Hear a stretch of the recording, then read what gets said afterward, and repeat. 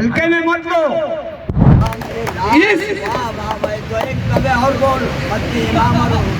शेख रशीद के साथियों को, क्योंकि मेरी भी कोई इज्जत है, सामने वाले की जमानत जब्त करके बैठे। एक जिम्मेदार पार्टी है, वो मुझको नहीं देने का बोल रही है। हमारे बाप ने किसी से रिश्वत नहीं लिया है।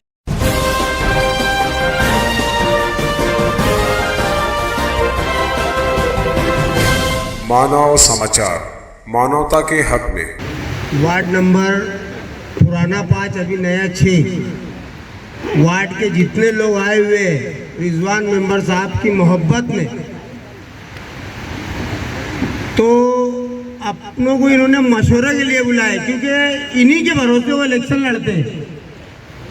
अगर आप लोग साथ देंगे तो ये इलेक्शन टिकट कट गया, ये हो गया, रिजवान मेंबर जहाँ पे भी उड़ी मारेंगे इंशाअल्लाह वहाँ से तीर के ही निकलेंगे। और मेरा अपना जातीय मशवरा है, और मेरे भाइयों से भी अगर कभी मेरी बातों में लब्बैक कह दिया तो बहुत अच्छी बात हो जाएगी।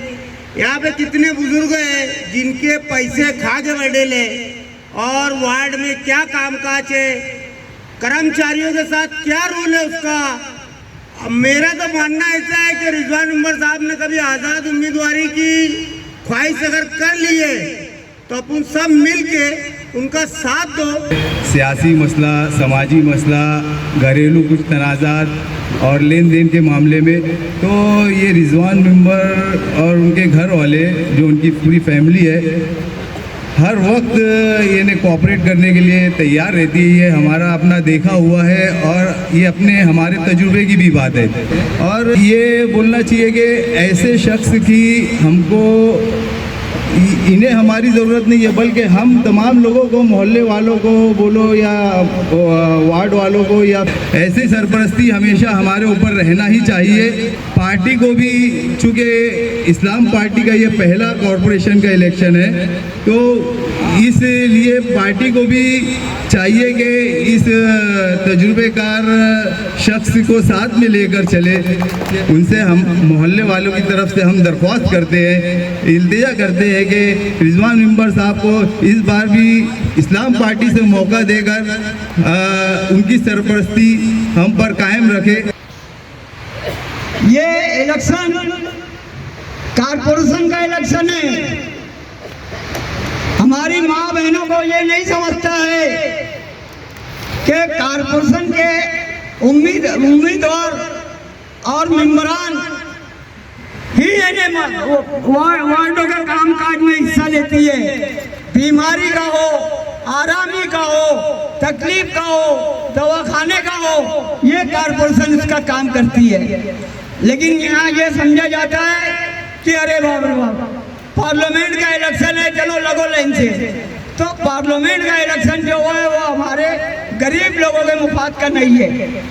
तो मैं आप लोगों से एक गुजारिश करना चाहूँगा कि आज क्यों मुझको ये नौबत आई कि मुझको मेरे तमाम साथियों को, शेख रशीद के साथियों को, हमारे शेख रशीद साहब के पुराने मानने वालों का ये मजमा और ये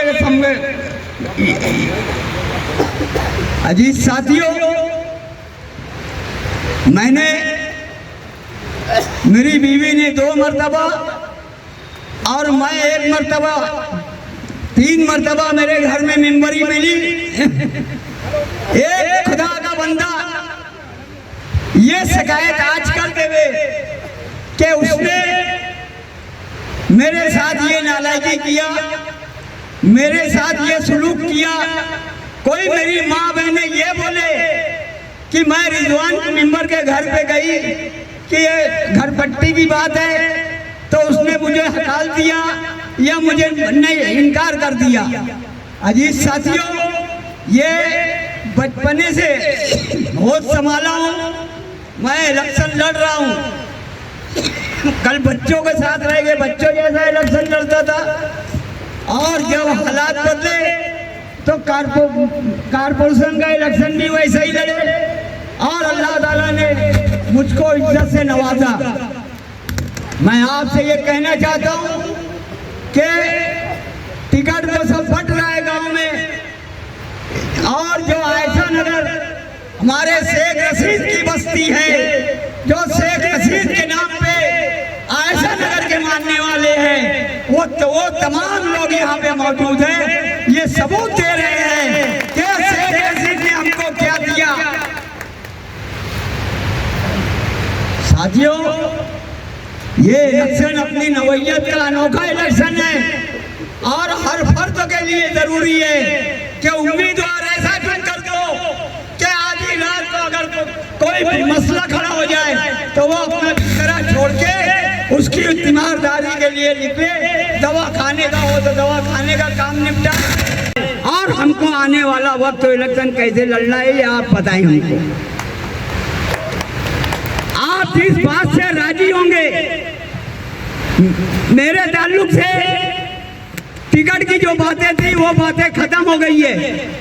इन्हें मुझको टिकट नहीं मिलने वाला है तो अब मैंने क्या करना चाहिए, क्योंकि मेरी भी कोई इज्जत है, वो इज्जत मैं कैसे बचा सकूं, ये आप लोगों से मैं मशवरा चाहता हूं। मैंने किसी का खा के नहीं बैठा, मैंने किसी को तकलीफ नहीं पहुंचाई। मैंने जो कुछ भी किया हूँ शेख रशीद साहब के साना बताना रहकर मैंने भी कुछ सीखा हूँ। मैं आपसे ये कहना चाहता हूँ कि टिकट तो मेरा कैंसिल हो गया है, कि टिकट मुझको एक जिम्मेदार पार्टी है वो मुझको नहीं देने का बोल रही है और नहीं देंगी। अब ऐसी सूरत में मुझको क्या घर बैठना चाहिए, कि क्या करना चाहिए मुझको?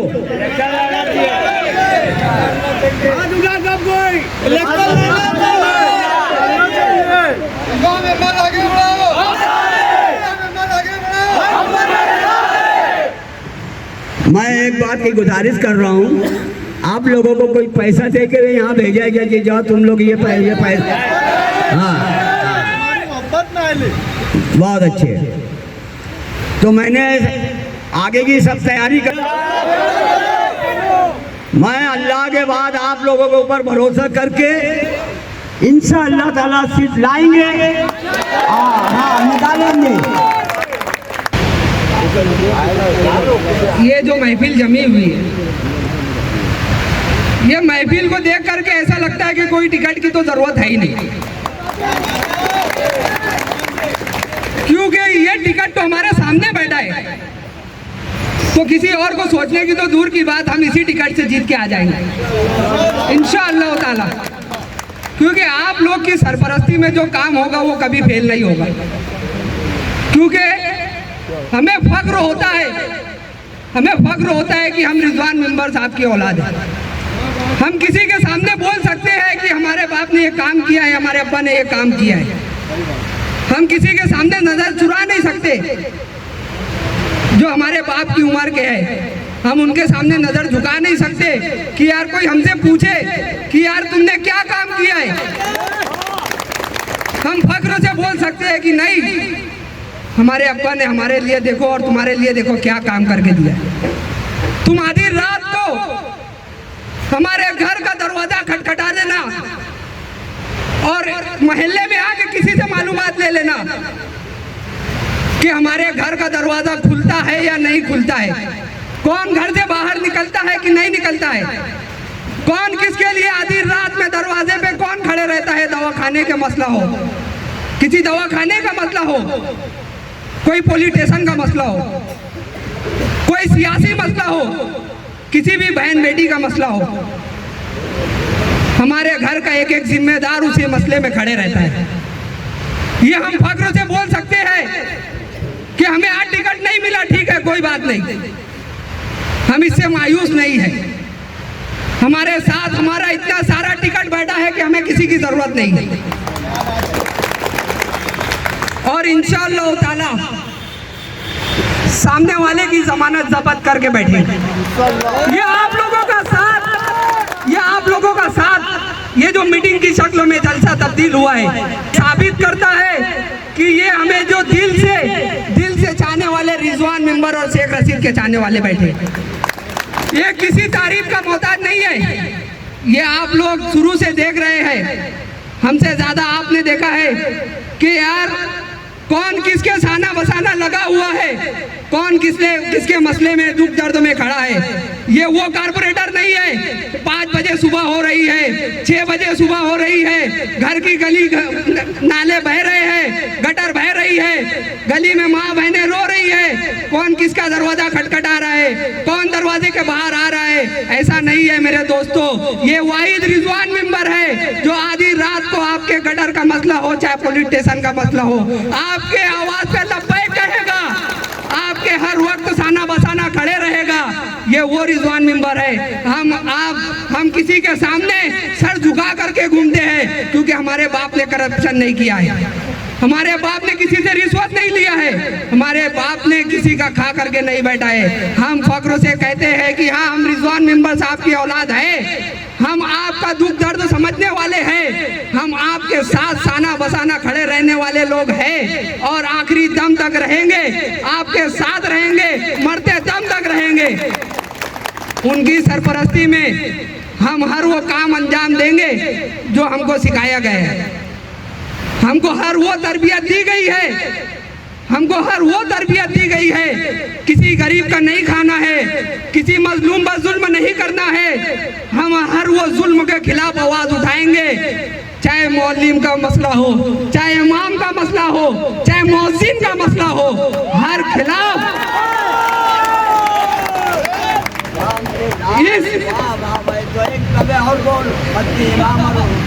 इस इमाम का मसला हो या मौजिन का मसला हो, इसके खिलाफ हम अगर आवाज उठाते हैं, हमको गलत समझा जाता है तो ऐसी 10 आवाज कुर्बान, हम 10 बार आवाज उठाने के लिए तैयार हैं।